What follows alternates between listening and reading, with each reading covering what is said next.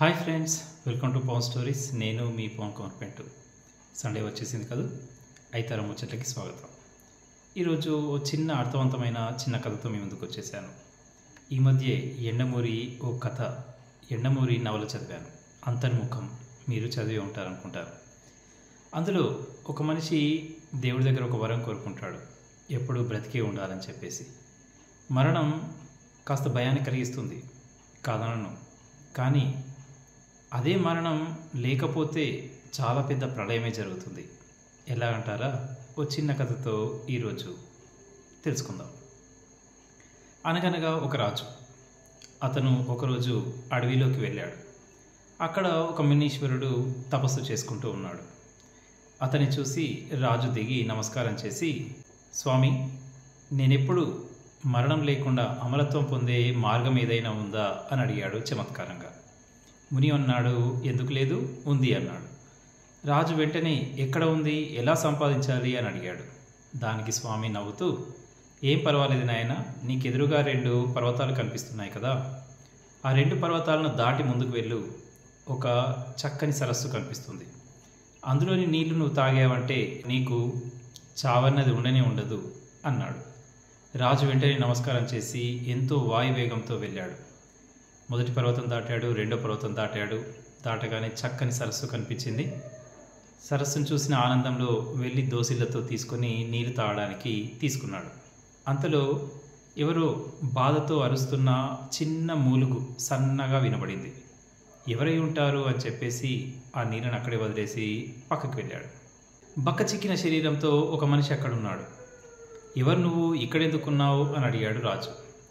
నేను ఆ నీళ్ళని తాగాను, చావు లేకుండా బ్రతికే ఉన్నాను అన్నాడు. రాజు, మరి ఇక్కడెందుకున్నావు అన్నాడు. నాకు 100 సంవత్సరాలు నిండగానే ఇక నేను చావనని తెలిసి నా కొడుకు నన్ను వెళ్ళగొట్టాడు. అప్పటి నుంచి ఇక్కడే పడి ఉన్నాను. గత 50 సంవత్సరాలుగా ఒంటరిగానే ఉన్నాను. ఎవరు నన్ను చూసుకునే వాళ్ళే లేరు.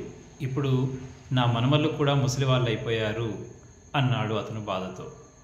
అప్పుడు రాజుకు అనిపించింది, అమరత్వం అవసరమే, కానీ వృద్ధాప్యం ఉంటే ఎలా అని వెంటనే మళ్ళీ ఆ ముని దగ్గరికి వెళ్ళాడు. స్వామి, నాకు అమరత్వం కావాలి, కానీ దాంతోపాటు యవ్వనం కూడా కావాలి, అలాంటిది ఏదైనా ఉందా అని అడిగాడు.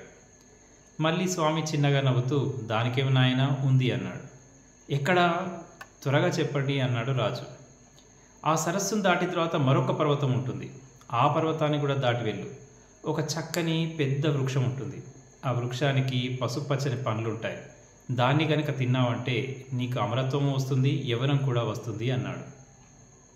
రాజు వెంటనే హుటాహుటిన మళ్ళీ బయలుదేరాడు.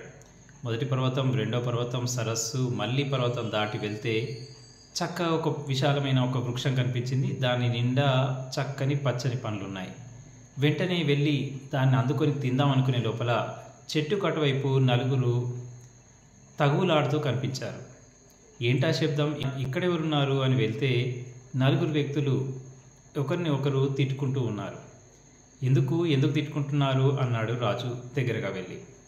చూడండి, నా కుడి పక్కన ఉన్న ఆయన నాకు తన ఆస్తిలో వాటా ఇవ్వడం లేదు అన్నాడు ఒకతను. ఎందుకు ఇవ్వడం లేదు అని అడిగే లోపల అతని కుడి పక్కన ఉన్న వ్యక్తి అతనికి వాటా ఇవ్వట్లేదని చెప్పాడు. అతని కుడి వైపు ఉన్న వ్యక్తిని చూపించి, ఇతను నా తండ్రి, ఇతను నాకు వాటా ఇస్తేనే కదా నేను నా కొడుకు ఇచ్చేది, అప్పుడు నా కొడుకు నా మనమడికి ఇచ్చేది అన్నాడు. అప్పుడు రాజుకు అర్థమైంది.